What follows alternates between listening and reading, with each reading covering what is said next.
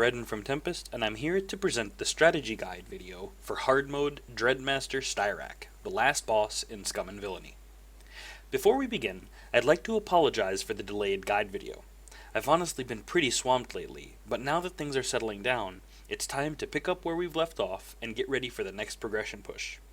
I hope that at least some of you were able to use the kill video that I uploaded for this fight to help them achieve their own kills. I'll link that video in the description below, but here's the full version of the fight explained to the best of my ability. Styrak is the first Dread Master that we get to encounter. The fight is represented as 4 phases. Although the fight is not very complex mechanically, I can easily say that it is the hardest DPS check that is currently in SWTOR. This holds true only for the 8-man version of the encounter, it seems, as I've found the 16-man version of this game encounter to be very underwhelming. In the 8-man version, players have exactly 5 minutes and 50 seconds starting from when the Dragon dies before Styrak hits his hardened rage. From the moment Styrak lands, if you're not pushing your DPS significantly, you simply won't make the encounter's enrage timer. Obviously, this gets easier and easier as your raiders become more experienced in the encounter and more geared. Before you engage Styrak, the raid must handle 5 waves of adds. Each wave is identical to the next and is made up of a healer and 4 melee damage dealers. The encounter automatically starts after you finish off the last add from the final wave. If you successfully engage the boss and wipe, you'll only have to deal with the final wave every time you want to try again. Dealing with the adds is pretty easy, although they do pack a bit of a punch. Just keep an eye out on your tank's health and make sure that the raid interrupts the heals cast by the center mob. These adds can be AoE'd down with relative ease. As soon as the final add dies, Phase 1 is engaged and the Dragon joins the fight. The Dragon's phase is quite simple, and according to our experiments, does not affect the enrage timer of Styrak. This means that any long cooldown offensive abilities, such as Bloodthirsts or Attack Adrenals, should not be activated during this phase. The Dragon only has 3 abilities of note. First, he cleaves. Make sure he's always tanked facing away from your raid to avoid massive damage from this ability. Second, he places spit puddles on his primary tank every so often. The animation for this is that he tilts his head to a side and attempts to take a massive bite out of your tank. Tanks just need to take a few steps back to step out of the slime puddle. Third, the dragon punts away his primary aggro target and begins to rapidly spin, launching an attack named Spines. This needs to be avoided by using the off tank as a physical shield between the boss and the rest of the raid. The only other things to note in this phase is that 2 adds will spawn at regular intervals. Both of these adds are avatars of Styrak himself, and you can tell the difference between them by what they're doing. One of them can be seen channeling a spell at the Dragon, which seems to increase its damage dealt. The other is a choker add, which pulls the dragon's primary aggro target and starts to cast Force Choke on him. In both cases, all DPS should switch to the adds and kill them quickly. The basic positioning that we used for this encounter made the first phase laughable. We stacked the entire raid in a centralized position and we buffed that area with an assassin's shelter. The healers and range stood directly in the center with the tanks kiting the slimes around the circumference of the circle, and we positioned the melee inward at the side of the boss. The tanks kite the boss, leaving a trail of slimes in their wake while keeping the inner area clear of puddles. The key here is that the off-tank should be behind the boss at all times, so that when the primary tank gets pulled or punted away, the off-tank can taunt the dragon without risking the raid getting cleaved. As soon as the primary tank is thrown away, he should start running back into the raid group while the off-tank taunts the dragon and activates a physical damage reduction cooldown. Deflection, Saber Ward, and Oil Slick all work quite well here as they make healing the tank through the Spines cast an easy task. The boss takes reduced damage during this cast, so don't bother using any of your resources or cooldowns. The mechanic of the Spines is such that it hits the closest target to the boss only, and the target can protect those in a cone behind him. The boss will always cast a spit on the tank as soon as the Spine cast ends. So it's a smart idea to have the off-tank move out of the inner area before the cast ends so that the spit lands in a safe spot outside of the middle area. We also did tank swaps for the choker adds, since we wanted to avoid the boss moving all over the place and cleaving the raid randomly, because the tank was getting thrown and pulled around. We were also mindful of the fact that we wanted different tanks to soak the different spine casts, so that their cooldowns would be ready. You'll notice we do some tank swapping so that each tank only gets knocked back once, so that the other tank can soak the spines exactly once. The boss should go through only 2 spine phases before it dies and triggers phase 2, which starts with a big lightning storm animation that Styrak casts from his throne. This is just a slight bit of raid damage that can be easily healed through. At the end of this channel, Styrak lands and the short enrage timer starts ticking down. As soon as he lands, ask your raid to immediately pop all of their offensive cooldowns and adrenals and hit Styrak as hard as they can. As I said earlier, Styrak is mechanically very simple, but the enrage timer is no joke. Let's discuss Styrak's phase 2 mechanics. First, Styrak himself does a cleave in the form of a spell named Thundering Blast. Face him away from your raid to avoid unnecessary damage from this ability.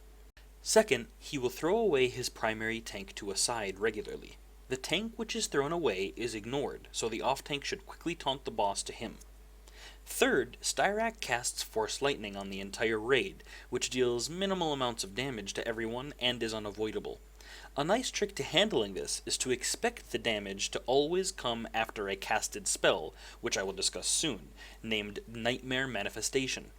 Force Lightning always follows the Nightmare cast, so it's a great time to pop a Sonic Wall if you're a Juggernaut tank, or a Sniper Bubble to let your healers take advantage of some DPS casts. Aside from those 3 tricks, Styrak does 3 more abilities of note, named Manifestations. Each manifestation can be seen as a named cast of his. First, he casts the Nightmare Manifestation which I mentioned earlier.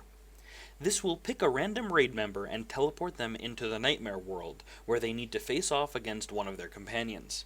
The player must kill the companion in a short duration to be released from the Nightmare.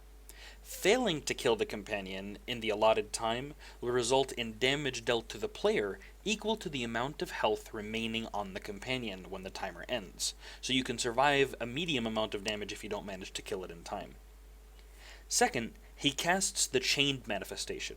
Styrak himself will disappear and reappear as a large avatar that seems to be floating above your raid, and 4 smaller avatars of Styrak will also appear nearby. These small avatars are connected to each other through a white beam which boxes you and your raid in between them. The idea is that the raid must kill the hovering avatar of Styrak before the box gets to your raid. Anyone who touches the avatars or the beams between them gets one shot. After killing the center avatar, Styrak reappears and the 4 adds despawn. You will have some time to attack Styrak based off how quickly you killed the Chained Manifestation. The next event is his 3rd and final spell, named Lightning Manifestation. Upon casting this, Styrak will once again disappear and spawn 4 avatars of himself in the 4 directions of the map. These adds will cast a spell named Focus at their nearest target over the course of 5 seconds. The ability itself does no damage, but if their target is not within melee range of them by the time it ends, they will one-shot their target and proceed to one-shot the entire raid. If raiders do get within melee range of them, the adds deal moderate damage until they die.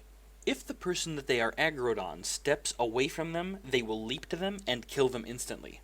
To handle these, we force them to focus specific players by assigning our raiders to the 4 directions, north being near the broken bridge that we use to enter the room, and south being near the throne that Styrak sits upon.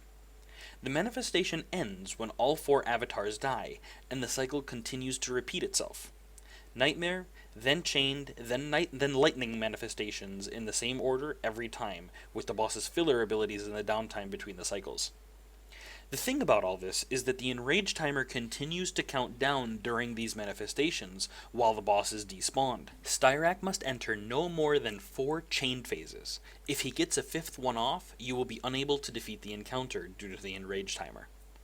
At this point, I'd like to emphasize the DPS requirement. The enrage timer is really, really tight, guys. Make sure your healers are squeezing in as much damage as they can whenever they can. On our first kill, we even had both of our tanks use damage stims and adrenals to help the DPS requirements. Phase 3 is initiated when Styrak hits 15% health. He will become immune to damage and resurrect the Kell Dragon. During this cast, the raid should start moving slightly to the north to be closer to the wall. Styrak remains immune until the Kell Dragon dies for the second time, but throughout this duration, he will be casting significant amounts of unavoidable raid-wide damage. The Kell Dragon only retains his ability to cleave, so watch out for that when positioning your raid. The dragon also applies a stacking debuff on whoever he's hitting, which causes a tank swap. A good number to swap around is 4 or 5, but I personally tend to observe the other tank's health and use that as a marker. We kept our raid clumped tightly for the AoE healing, and we buffed the healers with shelters and defensive cooldowns if we could. The Kell Dragon itself takes increased damage in this phase, so put the pedal to the metal and kill it quickly. Clump up, spam AoEs, and beat the dragon down with everything you've got. When the dragon dies, the final phase begins, and you'll wish that it hadn't. Styrak basically goes batshit crazy and begins to assault your entire raid in a phase that looks and feels like this.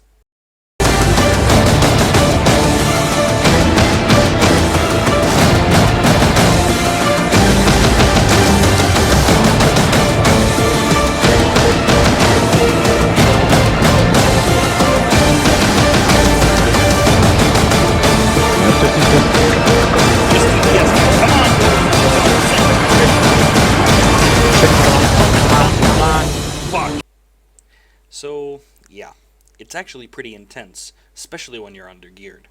The damage in this phase is borderline ridiculous on each target. Styrak throws his lightsaber at a player and lunges forward, attacking them with a flurry of magical and physical attacks, which start with him stunning the target and end with him throwing the player away like a sack of potatoes. This knockback is the reason that we move towards the wall. If Styrak throws players away and continues to leap all over the place, the DPS won't get enough uptime on him to meet the enrage timer. Be sure to stack yourselves in such a way that you will get knocked back into a wall rather than get knocked back into the room and away from the raid. The phase is very similar to the Terror from Beyond's Furious Tantrum phase, in that he will switch targets depending on their threat and go through the raid one at a time. It also means that tanks can force these attacks to fall upon them, but they will need to stack defensives heavily, especially if he's enraged. Something to note is that as soon as Styrak switches targets to you, he stuns you and knocks you down. The assault lasts for about 2.5 seconds and does around 90% of the player's health, so healing them through it is almost impossible. Remember to pop your defensive cooldowns before you taunt him, because the stun happens literally when he looks up at you. That's it for this fight, guys. I hope that you enjoyed the content of the video and found it useful. Please remember that I always love to hear your feedback about these videos, and that Tempest is on the Prophecy of the Five server, in case you want to drop us a line. Don't forget to like and subscribe for more content, and since the patch 2.2 test servers launched earlier, you can expect to see guide videos for the Nightmare Mode encounters for TFB and Scum and Villainy very soon. I'll catch you guys in the next video.